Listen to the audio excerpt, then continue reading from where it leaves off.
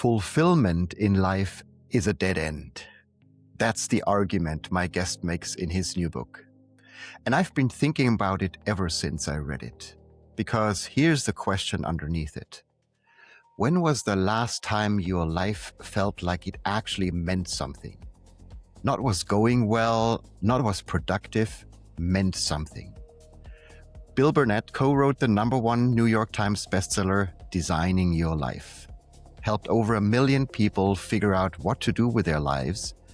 And now he's asking the harder question. Once you're doing it, does it feel worth it? Bill and I go way back. We taught together at Stanford's D School, and we just had a wonderful evening talking about meaning in many different ways with our partners at his house, which means I get to go deep with you today. Bill, welcome to The Future Is How. Well, thank you very much, Frederick. It'll be a fun conversation. I think you and I have a lot of ideas in common about empathy, about experimentation and prototyping, and kind of how do people build meaningful lives. So I'm looking forward to the conversation. Thank you so much, Bill. So as I mentioned, the first book sold over 1 million copies, and most authors would have written Designing Your Life too. More designing, but you and Dave went somewhere much more uncomfortable. You basically said, we noticed something was still missing. So talk me through that. Was there a specific student or conversation that really crystallized it? Well, there are a couple, and then just the sort of the whole zeitgeist of what's going on in the world. I've had a number of students and other folks that that are mid-career or particularly people thinking about retiring. Dave works at Stanford now. He's doing mostly what's called the Distinguished Career Institute Fellows. It's a group of grown-ups essentially in their 50s, 60s, 70s that want to come back to Stanford after their career and want to redefine what's next. If you think about with the new longevity, you could retire at 60 and have another 20, 30 years of active and engaged life. So it's kind of a gap year for grown-ups program. So he's hearing from them, wow, even though I had a great career, I still don't think I understand, did I have an impact? Was it meaningful? Am I fulfilled? This idea of fulfillment, the Maslow's self-actualization. Am I fully realized in everything I can possibly be? So they're asking that question. And at the other end, my freshmen, sophomores, juniors, seniors, some of my grad students are asking the question, how do you construct a life, that is meaningful? They want meaning, they want purpose. They don't just want a job, to make some money, or if they want a job to make some money, that's fine, but they still need something in their life where they get to express themselves into the world in a way that, that they find valuable. And it's kind of an intrinsic thing, right? You define meaning very, very locally, and it's about how do you define it? And most of the time people are defining it not so well. So if you don't know what you're looking for, it's hard to find it. And then people fall into, what we call dysfunctional beliefs all the time, that if I have a lot of impact, my life will be meaningful. Well, impact is great, but it's in what we call the transactional world, and that's not where meaning comes from. So yeah, we were having we're human-centered designers. We didn't need to write another book, but we just kept coming up with this question, and particularly now. And then my students are also looking forward in the age of AI, like how will I, normally people found their purpose and meaning through a job. Are they even going to be jobs in the world of AI? Yeah. And what's the future look like? So it was a rich conversation with lots of people that kind of stimulated us thinking, hey, maybe there is a design approach to this. And it goes beyond just designing your life, because it's designing really the purpose, of your life. Mm. You mentioned two interesting things. The one is age. You mentioned that Dave is now working and teaching people who are maybe at their third career in their lives, right? Starting at 50 or 60. And then you mentioned Maslow as well. Yeah. So the first question I would have is finding meaning like an age thing? So do we have to turn like 50 or 60 or whatever it is to really engage with that question on a deeper level? And the second question I have, is this a Maslow problem? We got sold the idea that self-actualization is the top of the pyramid. And now we are all climbing a mountain that doesn't exist, right? So Tell me more about that. Well, I'll take the Maslow thing first, and then we'll go back to the age question, because Mm. there's a correlation, I think, between life stages, what stage of life are you at, and the bigger question of meaning. But the interesting thing about Maslow's, I think he published that in 1943, 1944, and it's been called the most pernicious idea in social sciences ever, that there's this pyramid, at the top is self-actualization, and you got to get through all the stages before you can become. And he describes self-actualization, becoming fully yourself, expressing all of your talents in the world. And that's a lovely strategy. Now, we don't believe in that because we believe there's more than one life in you. You can't optimize, the multitudes that are in you. There's all sorts of ways in which your life can express itself. So there isn't one way to self-actualize. But even Maslow, and he wrote this specifically in his diaries, it wasn't published before he died. He said, I think I got it wrong. The peak of the pyramid isn't self-actualization. It's actually self-transcendence, Mm. or what the wisdom traditions, theological traditions would call compassion, doing something beyond the ego. So if self-actualization is about, perfecting the ego, then the peak is really self-transcendence, giving the ego away. And that shows up in all sorts of different places in the world and wisdom traditions.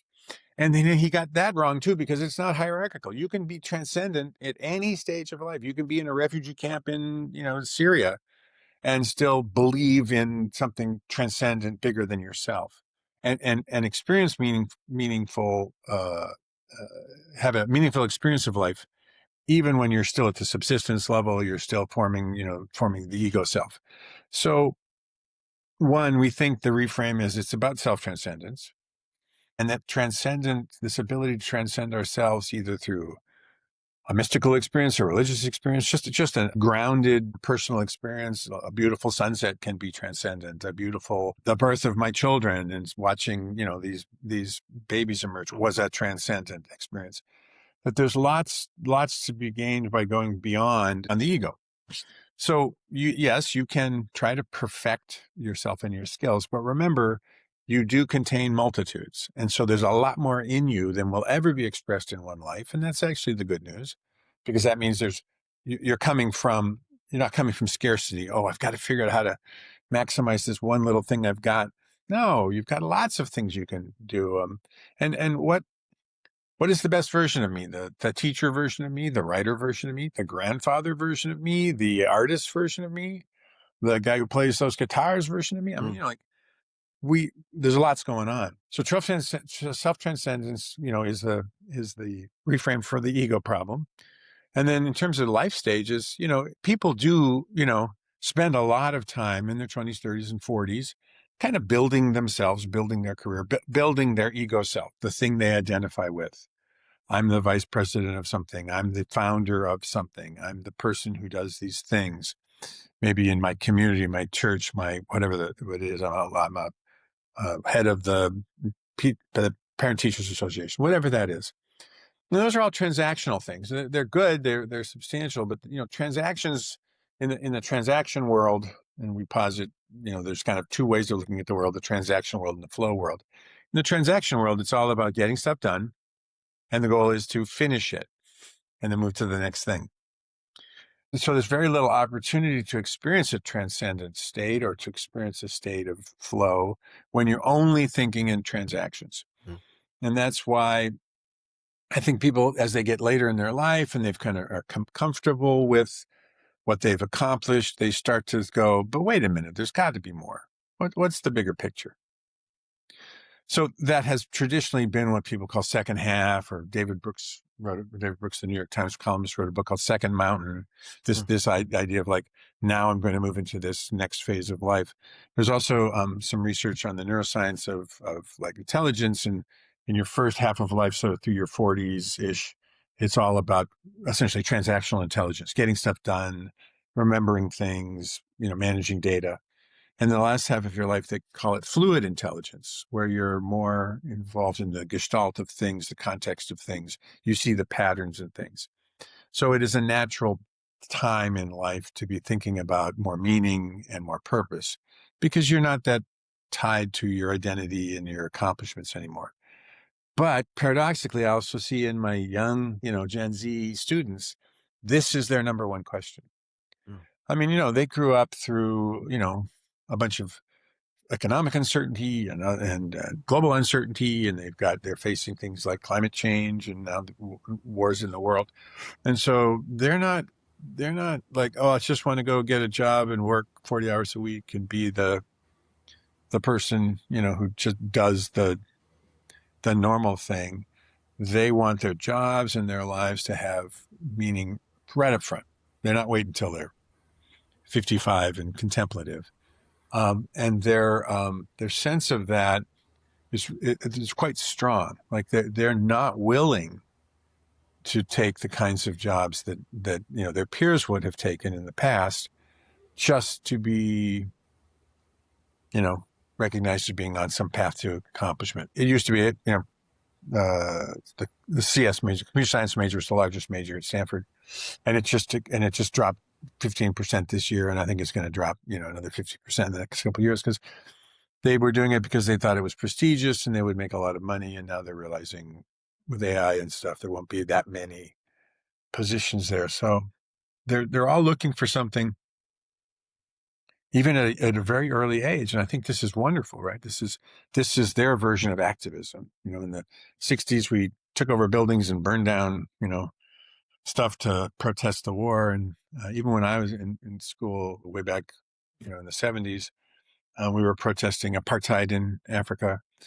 And now I think the students are protesting a lack of meaning. Yeah. Like, I don't want your crappy job. I don't want your crappy job, Fascinating. And it is. It's a fascinating change. But if you look at the world they're kind of transitioning into, there's a lot of disruption in the world, and not just locally with geopolitical conflict, but the long-term trends of climate instability, financial and economic instability. Will capitalism survive AI? Dot dot dot dot dot. Right? There's a lot going on, and so they're not willing to wait till their 50s to figure out if anything they're doing is meaningful. You use an interesting word when you talk about this. You used reframe, and I think you're one of the big inspirations, at least for me, and probably for millions as well, on how to reframe things. So you reframe this as a design problem, not what is the meaning of life, but how do I find meaning in life? Yeah. And so as someone who thinks in design, why does that reframe matter so much? Well, and I was just going back to your book. Reframing is like the power tool in design thinking, because problem finding plus problem solving equals the strategy going forward, or the design going forward. But most people are pretty good at problem solving. If people are functional, they can give them a well framed problem, they can tackle it, and they can solve it. Problem is, it's the wrong problem. So Peter Drucker, the famous management business guy, business professor, said, there's nothing quite so foolish as solving something very well that never needed to be done in the first place. And he was talking about organizations, working on stuff that was not strategic. But I mean, I think the power of reframing is to take an idea that where you're either stuck or you're not sure, like, what is the meaning of life? Well, I took a lot of philosophy classes when I was at Stanford. I took more philosophy than math, even though I was an engineering major, because I just thought that was the interesting questions. But philosophers wrestle with the meaning of life, the big, big question. But I'm not a philosopher. I don't have any credibility talking to it that way. I think about it sometimes philosophically, but as a designer, I can go, wait a minute. I think what you're talking about is living meaningfully. You want to live more meaningfully. You want to find more meaning in your life. I can help you with that, because those are we can learn how to design. We're becoming a meaning designer, a moment designer. Making moments is where meaning occurs. Finding flow, that's where meaning occurs. These are all designable things, and there's little mindset changes, and there's little sort of very actionable kind of small projects you can run, small prototypes you can run. And all of a sudden when you drop it into the design context with a different different framing, a different framing of the question, all of a sudden you got a whole bunch of things you can try. Whereas in the meaning of life, I don't know. You have to go either talk to your spiritual advisor, or your philosophical advisor. I don't know what to do with that question. And Or even AI. or you can talk to AI, which might be dangerous. Although AI is particularly good at reframing. I use it now when I'm teaching reframing, because AI is good at coming up with 5 or 6 different ways of looking at the same problem, but really changing the emphasis from, the classic product design. When I'm teaching designers design, the classic design reframe is go from a product to an experience. It was Howard Schultz's original observation. He was in Italy. He was in a little cafe, and he realized, boy, having coffee here is an experience. You walk in, there's people chatting at the counter, the espresso machine's hissing and making sounds. It smells great. So the classic product design reframe is, it's not about the coffee, right? It's not about the coffee. It's about the coffee experience. Mm. And when you do an experience design, you get a completely different set of solutions. And you invent $1 billion, $100 billion organization. So the reframing is critical. And it came, actually, one of the insights was,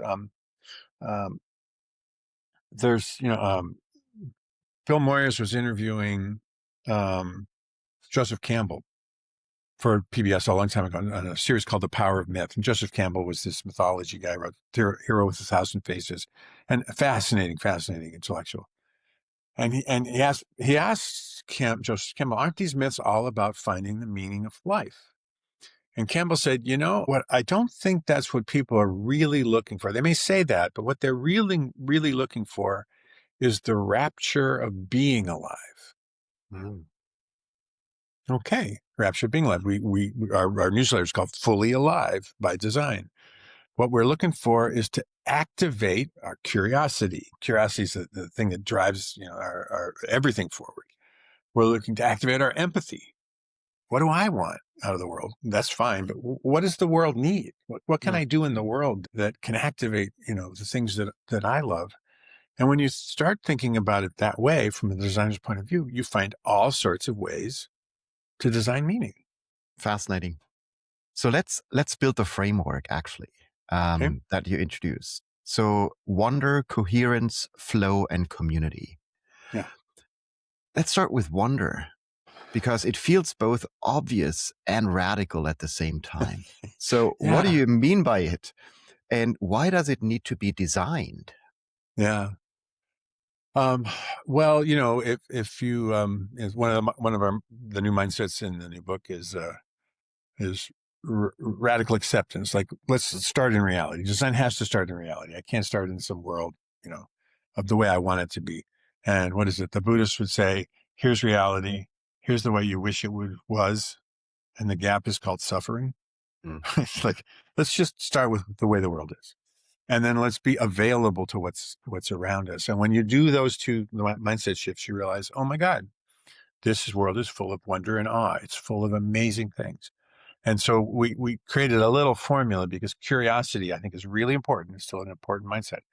But when you add curiosity plus mystery, like the things like, why is the sunset so beautiful? Why do I emotionally respond to this particular song or this particular Beethoven symphony or piece of music? Why would this experience send me into sort of a rapturous state? And that's the mystery. We don't know. I mean, there's neuroscience around wonder and awe now. Dan Siegel has this thing called the Mindsight Institute, where he's looking at consciousness and wonder. And so there's a bunch going on in that space, but we just describe wonder as curiosity plus mystery. And then we have a simple exercise called put on your wonder glasses. Actually, Tell me more about that. Yes. Where am I? I forget. I've got a pair of wonder glasses around here somewhere. But it's very simple. It's like, we know from all the psychology, you don't really see what you're looking at. You just see what you're looking for. And as soon as you label something, chair, table, keyboard, iPad, you stop looking, right? Because your brain needs to move on. It needs to move efficiently. But when you actually stop and look at something for its in and of itself, almost anything can trigger a sense of wonder. So the idea is like, nature is a good place to do this, because nature's just full of, amazing objects and physical and visual complexity and sights and smells. It's a multi-sensory experience. So go out in nature somewhere, even in your backyard, and you're looking at the world with your typical transaction glasses. Oh, the lawn needs mowing, the roses need pruning, and I gotta make sure we fertilize, because spring is coming and things are budding. That's my transaction brain. Okay, put on my curiosity brain. Gee, look at those roses. I mean, I pruned them in January. They're already starting, new growth and blah, blah, blah. That's so interesting. I wonder what the cycle is that stimulates this. Is it the temperature? Is it the increasing amount of light? What's going on? And I might do some research on that. And then I put on my wonder glasses and I just stare at this thing and I go, wow, there's a bud of a new rose, and that the biomass that is just suddenly being created by this incredibly mysterious process is happening. And look, there's aphids, so there's stem, but that's okay because the aphids are eating this other thing, and so the whole ecosystem of this rose is unbelievably wondrous. And if you can just drop into that reverie for 30 seconds, a minute, and then make that a practice once or twice a day. And it's not just nature; it can be a human interaction can be, amazing. Sometimes when I'm kind of a people watcher, I'm a little bit shy, so I could sit in a cafe and just watch other people having a conversation. Boy, that couple looks like they're really in love. Oh, that couple looks like they're really having an argument. And that's looking at the transactional world, but also just looking at how amazing human beings are, right? So it's a very simple exercise of moving from looking at the world as a series of transactions to dropping into a flow state. We believe there's sort of two worlds, or at least there's one world, but two ways of looking at it. The world of transactions, getting stuff done. By the way, that's where impact lives. People want to have more impact. Great. You have some more impact. 2, 3, 4, 5. Okay, now what have you done lately? Right? I mean, impact was great, but what have you done lately? And a lot of times you try to have impact, but the world doesn't let it happen, right? Something you can't control doesn't happen. So if as my co-author Dave would say, if you put all your eggs in the impact basket, you're going to be really disappointed because it doesn't last. What lasts is down in the flow world where you can have these moments of wonder and meaning and awe and a deeper sense of purpose, a sense of transcendence. Our theory is it's easier than you think. You don't have to develop a mindfulness process. That's good if you can do it. That's certainly good for your body and your brain. You don't need, to live on a rock for 40 days fasting under a Bodhi tree. You don't need to do any of that stuff. It's right here, right now. You just got to put your mindset in the right place and you got to change what you're looking for, right? If all you're looking for are transactions, that's all you're going to see. When you start looking for, with a curious mindset, wonder, awe, and other things, you'll discover they were there all along. And so it's not about trying to cram more in. Oh, I got to learn 5 new practices, or I got to learn a new way to do it. Or I got to add, an hour to my morning meditation to do the wonder thing. It's not about cramming more into it. It's about getting more out of what you already have, which is right there. And then learning how to craft moment. You can become a moment designer and craft moments where meaning is likely to occur. And you will experience it because you're in the state of mind where you're fully present, you're calmly detached, you don't get to decide the outcomes all the time. You're radically, accepting reality, and you're available to the things that are, right there in front of you. So a little bit of mindset, a little bit of the framework of, transactions versus flow. And that's all you need to know. I mean, the flow, coherence, wonder, community thing are sort of 4 ways where you're likely, to be able to design meaningful experiences. But it starts with recognizing that mindset matters. And, you got to look at, the world from 2 points of view. Lisa Miller at Columbia wrote a book called The Awakened Brain. I don't know if you've seen this or seen her talk. She talks about, it's kind of an update on the left brain, right brain thing. Says there's the achieving brain, what we call transactions. And there's the awakened brain, which can experience transcendence and connection and empathy. It's where empathy and other things, the humanness of us comes out. Mm. And she's got, some neurological evidence that these two brains are active. But we, in our society, we vastly overfeed the transaction brain.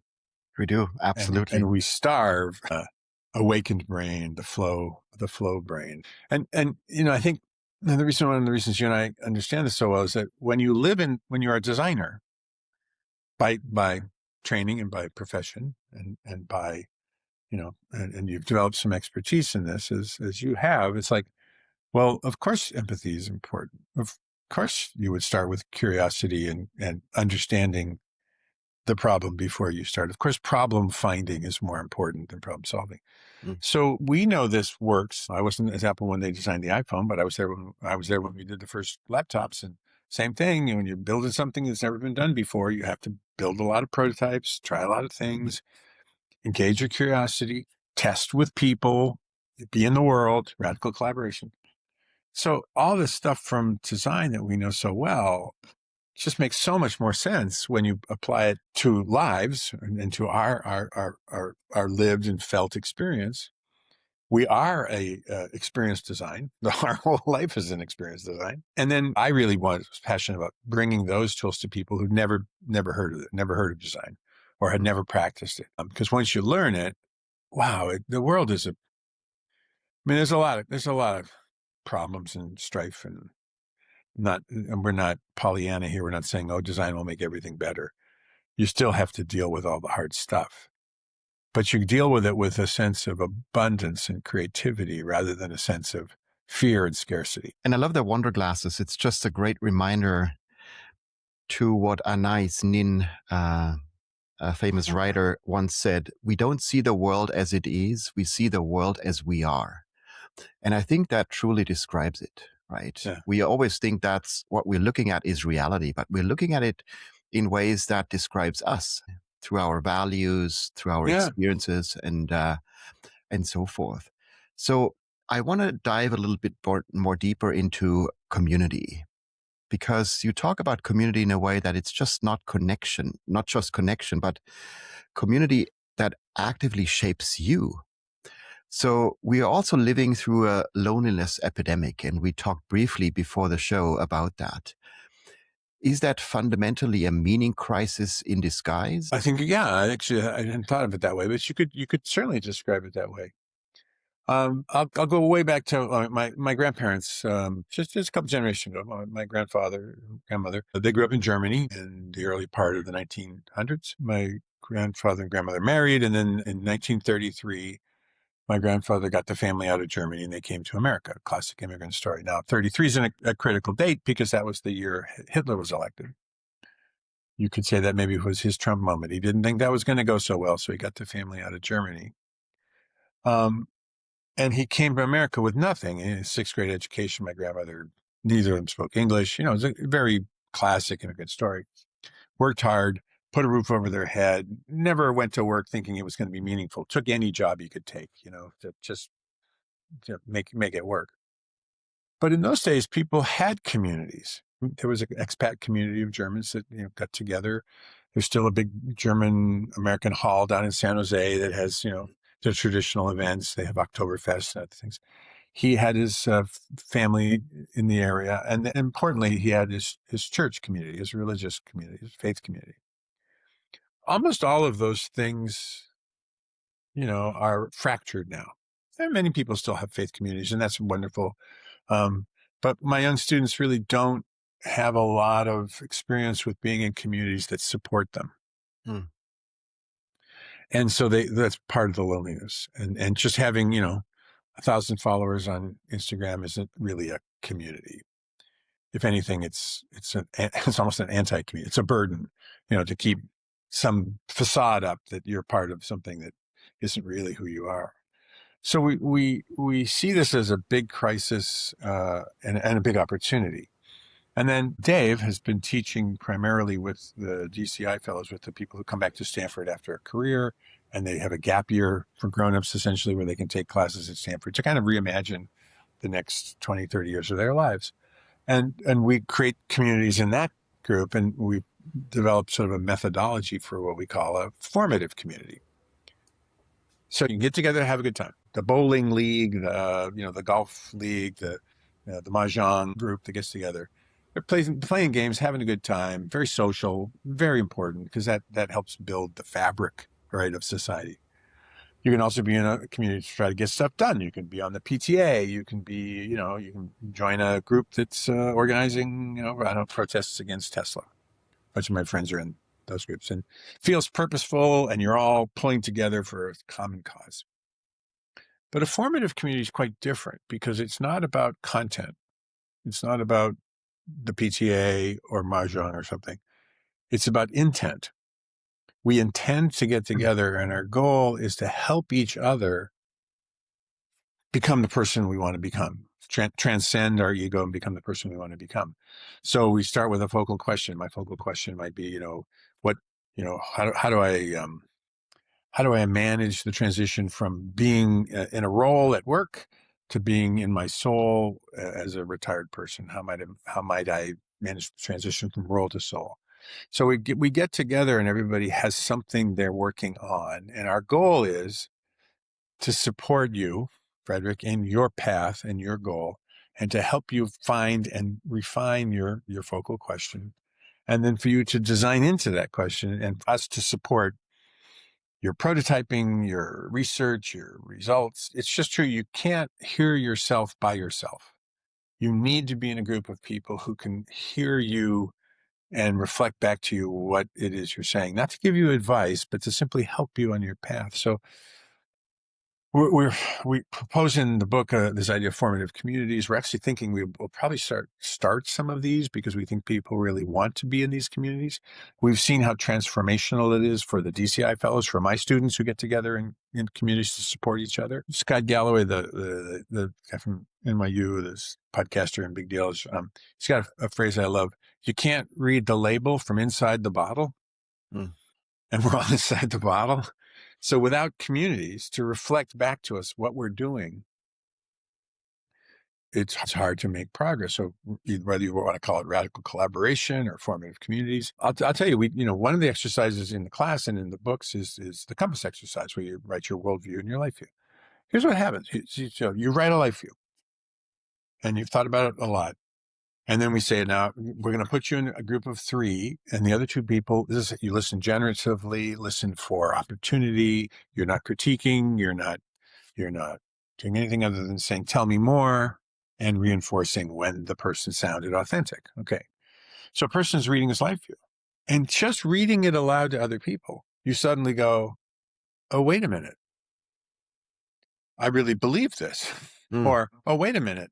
This is true, or wait a minute, I want to expand on this, and then being listened to that way.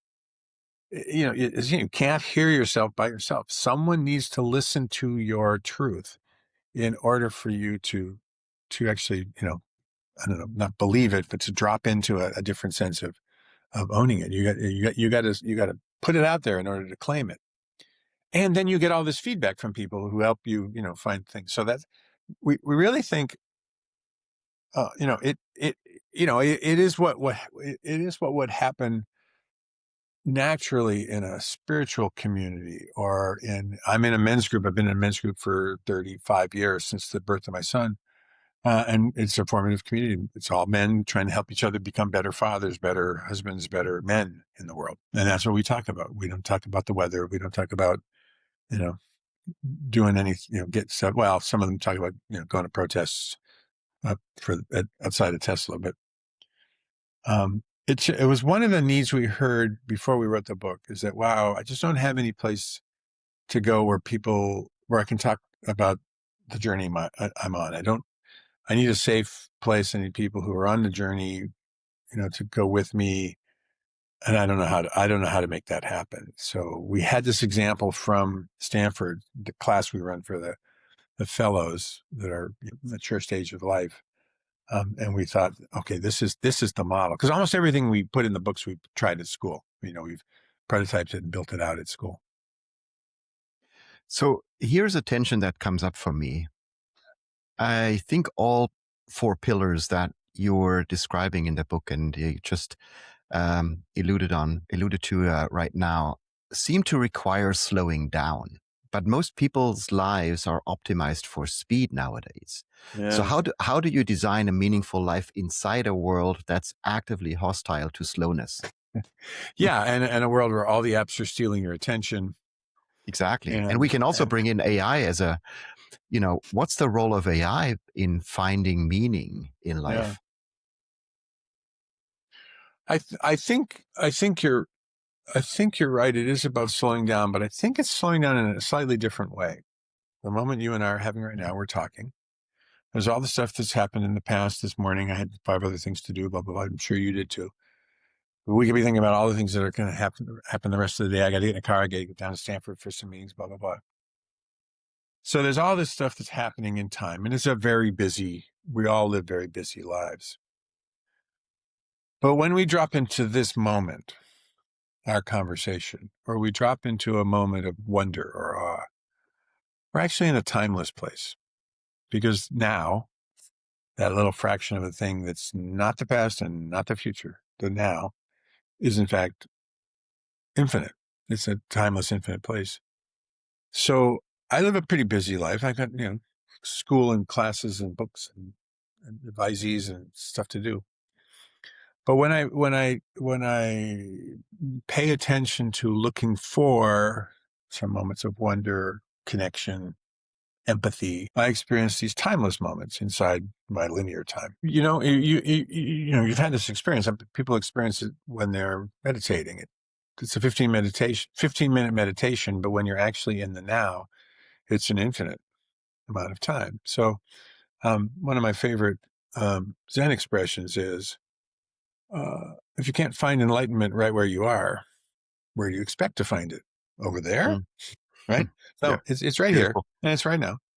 So I agree. We live crazy lives, and scheduling. I'm going to meditate successfully from 9:15 to 9:30, and it just turns meditation into another transaction, and you can kill it if you turn it into a transaction. So it just takes a little bit of a discipline about your mindset in order to, because we have another exercise called flip the switch. You can be you can be in a boring staff meeting.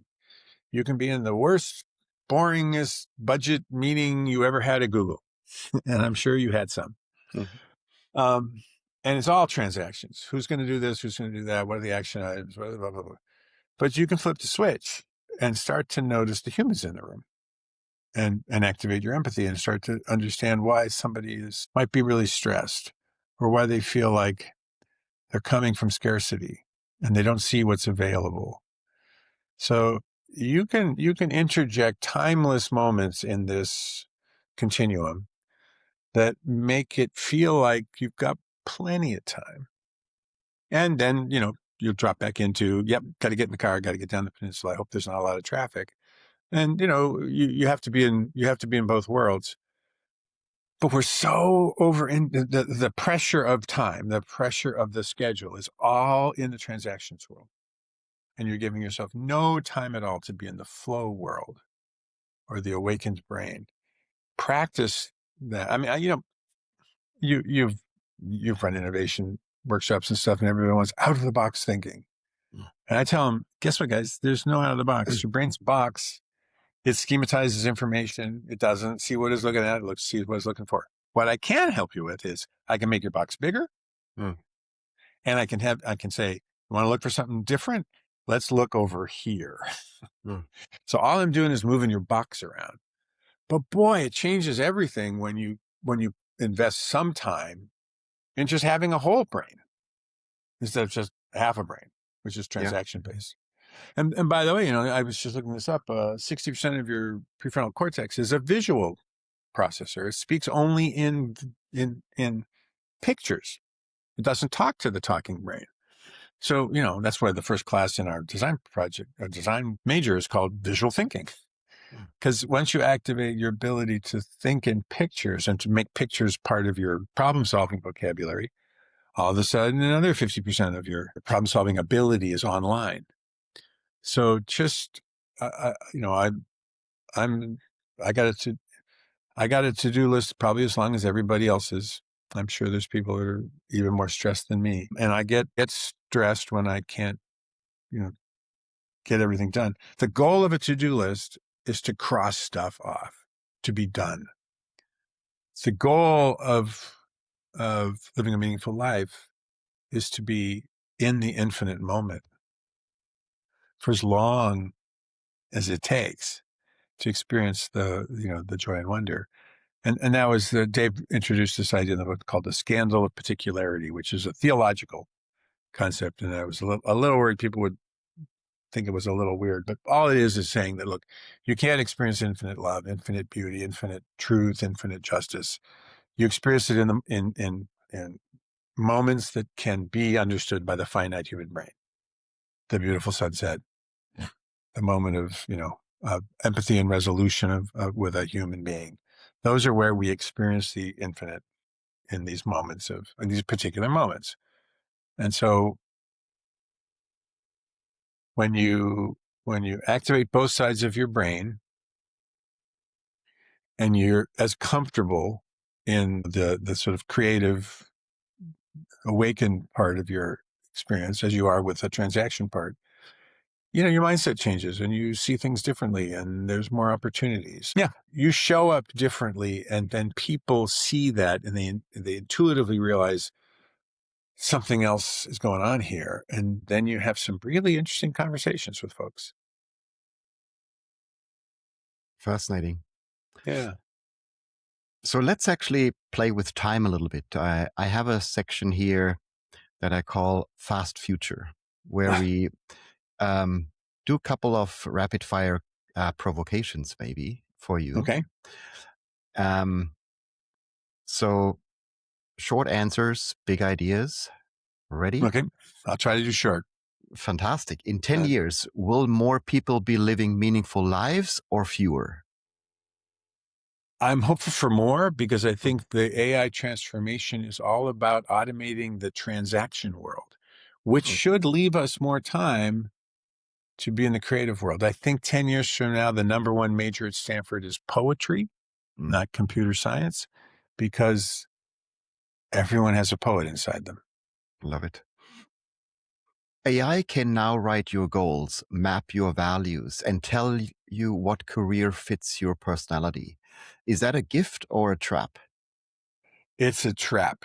And because the AI if it's being honest, would tell you, I have no idea what kind of careers will be available in the next 5 years. So it's an improv. You better get good at designing your way forward because planning this thing isn't going to work. I don't even know if there's going to be careers in 10 years.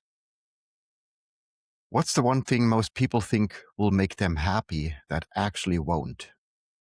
Impact and success. They believe that if they're successful, they'll be happy.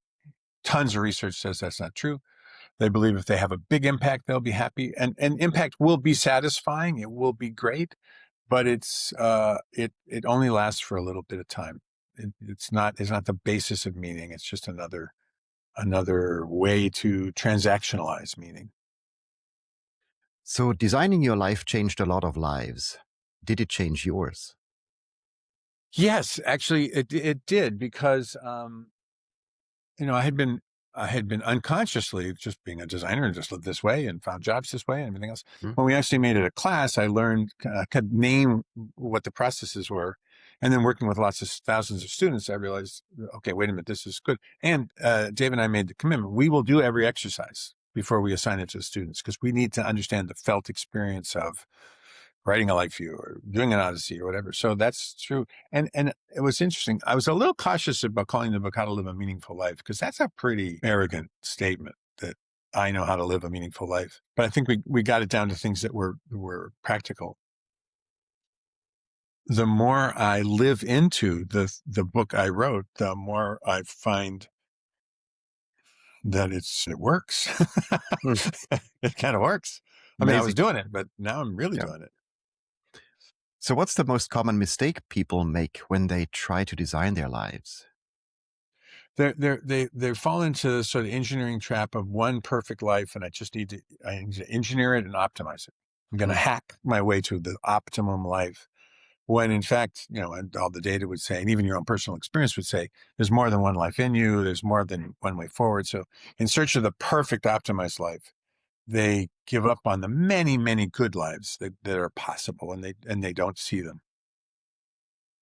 So, Bill, what's a compliment you received recently? I was just talking with a woman out at the University of Virginia. They want to do a Designing Your Life program as part of our studio program. And she said, I got to tell you just before we start, I came out to Stanford in 2015. And I met with Dave before your book was out because I'd heard about this thing you were doing. And then when your book came out, I realized it was important. So I designed my own version of your class, and I've been doing it for 10 years. And I was just wondering, like, could we get some help? And I was like, well, first of all, wow, I Yeah. had no idea, and second of all, of course we'll help you. But just, I mean, it's so nice to have essentially a random stranger show up and say, hey, the thing you did was useful. That was a tremendous compliment. Dave and I are constantly humbled by the amazing people who are working hard to make their students' lives better, their lives better.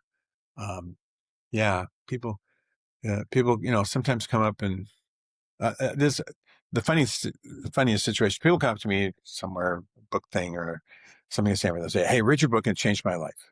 And I always ask the question, "Great, what were the exercises that were the most important for what that helped you with this transformation?" They go, "Oh, I didn't do any of the exercises." Go, what? I worked hard on those. And they go, no. But it's always one idea, like, oh, that I could reframe a problem and open up this. That's amazing. I didn't know you could do it. That you could prototype anything. You could take little tiny steps to learn your way forward. I didn't know. So I'm always, again, humbled and amazed by what people, what actually works for people when they come up and tell me that. Love that. Last one. Yes. Finish this sentence. The most important thing I know about living a meaningful life that I didn't know 20 years ago is. The most important thing I know about living a meaningful life that I didn't know 20 years ago. I might have known it, but I didn't really know it. The thing is that it's all about love. Mm, Full stop. perfect. Let's leave it that way. It's all about love. Mm. And the opposite of love is fear. So how do you love right now? If I may ask you, Bill, as someone who's thought more carefully about meaning than almost anyone I know, what does your own meaningful life look right now, right? How does it look like? There's a bunch of PhDs over in the philosophy department that have been working on this too. Love in my life right now, my children I have 3 children, they're all grown. They're all off, and 2 of them now have families, and I've got 3 grandchildren. And boy, Frederick, you want to remember what curiosity looks like? Hang out with a 5-year-old. My 5-year-old grandson Connor is the most curious soul on the planet, and everything is new, and everything is interesting. And just spending a few hours with him and playing with him and stuff, learning what play feels like again, learning what curiosity feels like again. That's amazing. So, in my life, it's primarily about these relationships. And because the kids are all gone, my wife and I are empty nesters, and that, we've been working the last 5, 7, 10 years. And I'm like, okay, well, what, we were madly in love and we had that time together. Then we had the children, 25 years of raising children together. And now we got this next, hopefully 20, 30, 40 years. What's that going to look like? And so, I think I learned from one of the counselors that I worked with at one time. You aren't married. You're married. You get married every day. You basically have to, you got to put the reps in. You got to put the time in to stay married every day. I've been married 37 years. I love my wife dearly, and I'm not that easy a partner all the time. Sometimes my fears, my anxieties, my ego gets in the way. but to try to, to keep trying to be in a great relationship and to have a great relationship now with my adult children who are all having their own busy lives, and then to be a part of my grandchildren's lives, and then extending that into the students I get to interact with. The students, they're at every age, from retiring people to 18-year-old freshmen, 8 weeks out of high school and super excited about being in college. That reminds me every day that, if you bring humanity and empathy, to your job, David always says, if you get the human part right, everything else is going to work. And that's the big lesson I've learned, in my second half. Get the human part right. Beautiful. Thanks for sharing that, Bill, because I think it inspires so many people now who are at a stage in their life where they maybe try to find meaning, where they try to live a more meaningful life. And so this show is called The Future is How. The premise is that the future isn't something that happens to us. It's shaped by how we think and act. And for someone trying to design a meaningful life in whatever comes next, what's the how you most want them to hold on to? How to do it. It's easier than you think because it's right here, right now. You have all the moments you need. You just have to be available to them, and, accept the reality of where you're at. I'm not saying life is going to magically get better. Accept the reality of where you're at and be available to the moments you have right now. And if you get the human part right, you can design moments with your family, your loved ones, your community, your however you get together and gather, because it's more than anything now. We need these human communities to support us because the world is busy and the world is messy. The Alan Kay, the computer scientist, has a famous quote. That wasn't actually his, but he was famous for it. The best way to predict the future is to invent it. And my version of that is always the best way to predict your future is to design it. Stuff will happen that you can't control, but you have you can put your intention into the universe. And my experience has been that makes all the difference in the world. So it's easier than you think. Put your design into the world with love, not fear. And see what happens. I'll bet something will happen. Wonderful. Bill, this was the conversation I was hoping it would be, and it just felt as a continuation of our last conversation when I was fortunate enough to visit you at your house. And so thank you so much. I'm deeply grateful for whatever people are taking out of this conversation, but I'm grateful for what you have done and what design you put out into the world that helped so many people to live more meaningful lives. Thank you so much. That was Bill Burnett. And if you came into this conversation thinking meaning was something you find, a reward for doing the work, I hope you're leaving with something more useful. Meaning is made in ordinary moments through specific practices with people who help you become you're meant to be. That's the design challenge. Now you have some tools. Bill's book is How to Live a Meaningful Life. It's available everywhere. Links are going to be in the show notes, along with their Tuesday newsletter, which is worth your inbox. If this episode made you think, send it to one person who needs it right now. And I'll see you in our next show. Thank you so much.